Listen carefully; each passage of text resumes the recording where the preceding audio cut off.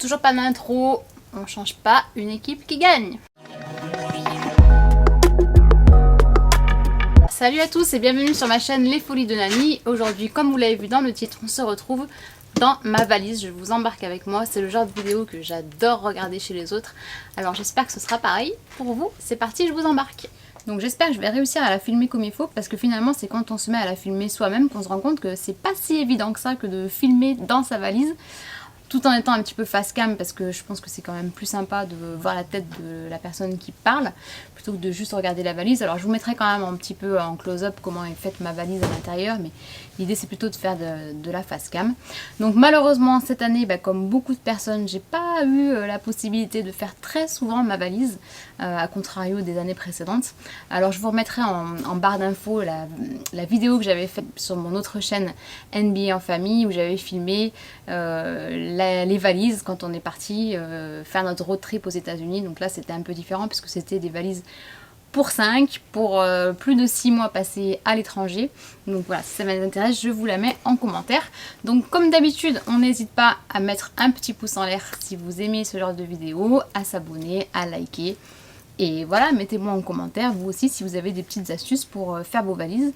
Je suis preneuse. En tout cas, en attendant, je vous montre les miennes astuces. C'est pas forcément des astuces, c'est comment je m'organise dans ma valise. C'est parti. Alors déjà, mais ça fait pas, comme je crois que je vais la prendre comme ça, la cam. Ça sera en mode un peu vlog, tant pis.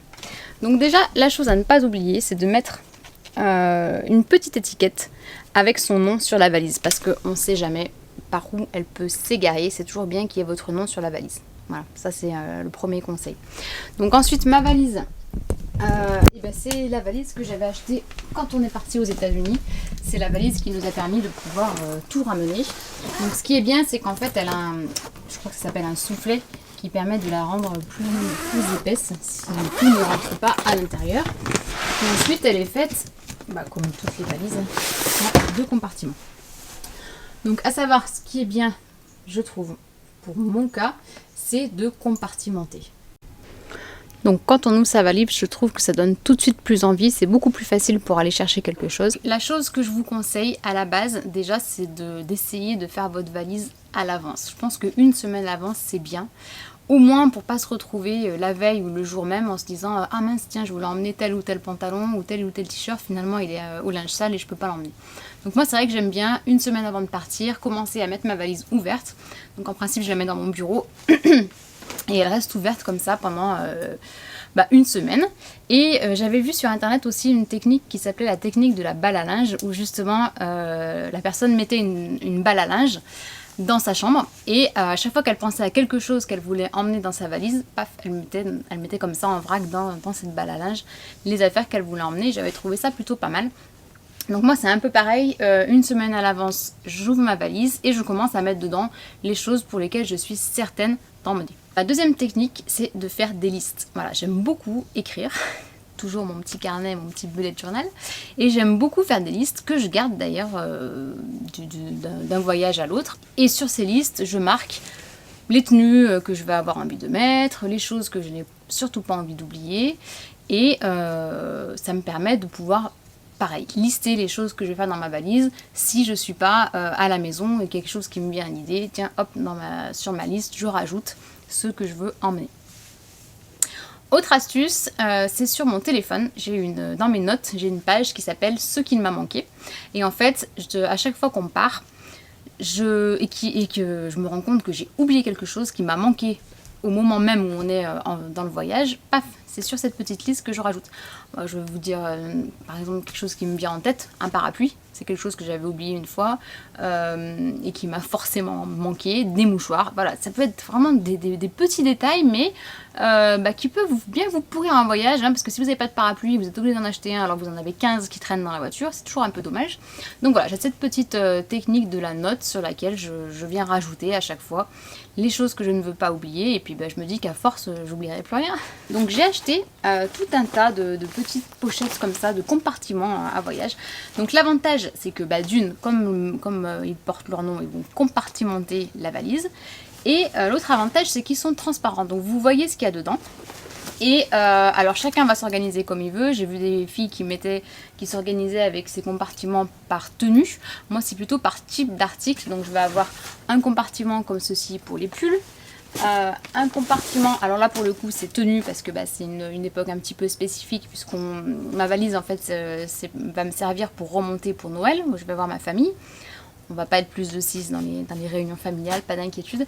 Et j'ai pris une petite pochette spécifique pour Noël dans laquelle je vais mettre ma tenue de Noël et je vais vous montrer par exemple le petit sac à main que j'avais acheté aux États-Unis qui est trop mimi, mais on craque. Donc ça, même si vous avez une tenue toute simple, vous mettez le sac et ça fait tout son effet, j'adore.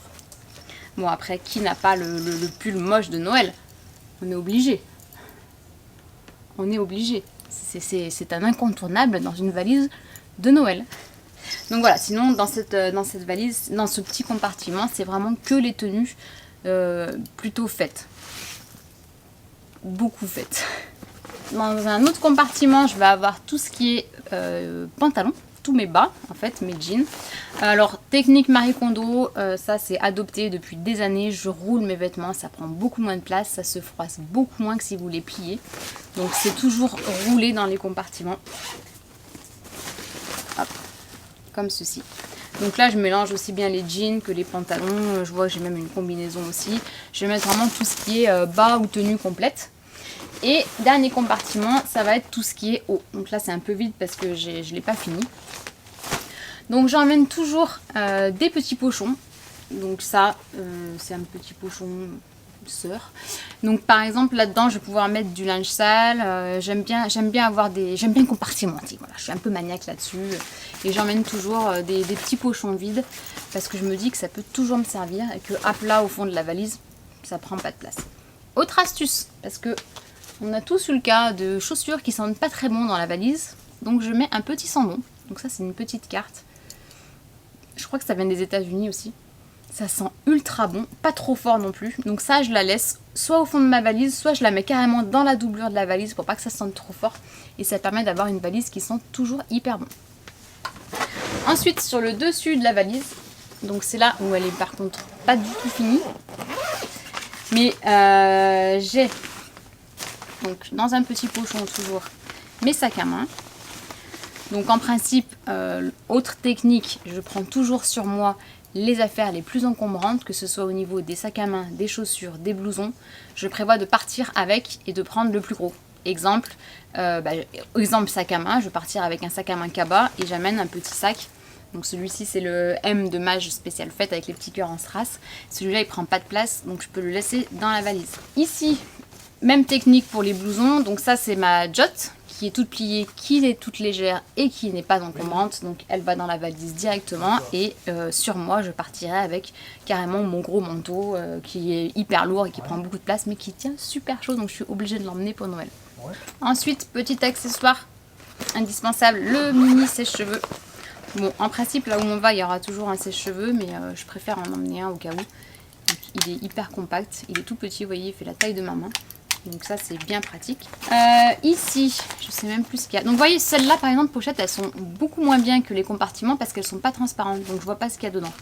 Donc je suis obligée d'ouvrir parce que je me souviens même plus ce que j'ai mis dedans. Ah oui, j'ai mis les collants ici, 2 paires de collants.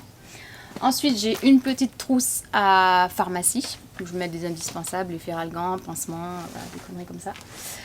Et ici, j'ai tout ce qui est sous-vêtements, culottes, chaussettes. Donc voilà, on va pas forcément aller dans le détail. Et je viendrai rajouter une paire de baskets parce qu'en principe, voilà, je vais partir avec mes bottes et je mettrai une paire de baskets et peut-être une paire d'escarpins ou des choses comme ça dans la valise. Et je crois qu'on a à peu près fini pour la valise. Donc pareil, les chaussures, on garde bien tout ce qui est...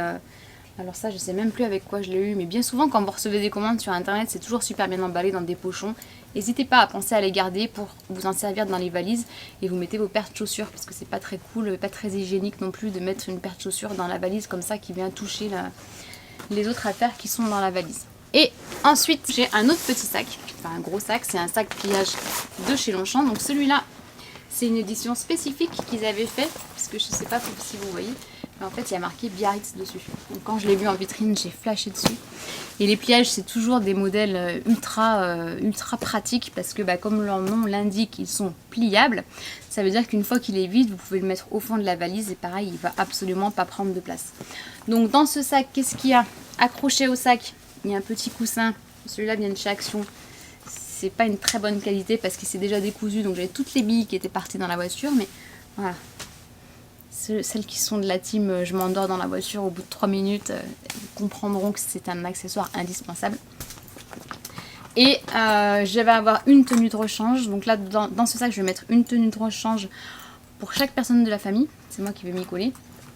Et j'ai tout ce qui est trousse de toilette. Donc pareil, elle n'est pas fermée parce qu'elle n'est absolument pas terminée. Et tout ce qui est maquillage, qui peut prendre un petit peu de place, comme vous pouvez le voir. Je mets aussi un petit masque de rechange parce que en ce moment on en a besoin. Mais je pense que je vais vous faire une vidéo spécifique pour ma trousse de toilette et ma trousse make-up que j'emmène quand je pars en voyage. Donc voilà, c'est le gros bazar. J'en ai de partout. Mais ma valise est à peu près présentée comme ceci. Et j'ai une autre technique aussi, quand je fais ma valise et que je sais qu'il y a quelque chose que je vais devoir rajouter dans ma valise au dernier moment, j'hésite pas à mettre un post-it à l'endroit où il manque quelque chose, par exemple sur ma trousse de toilette, brosse à dents, dentifrice, puisque ça je le mets au dernier moment, mais pour être sûr de ne pas l'oublier, je mets un petit post-it dessus.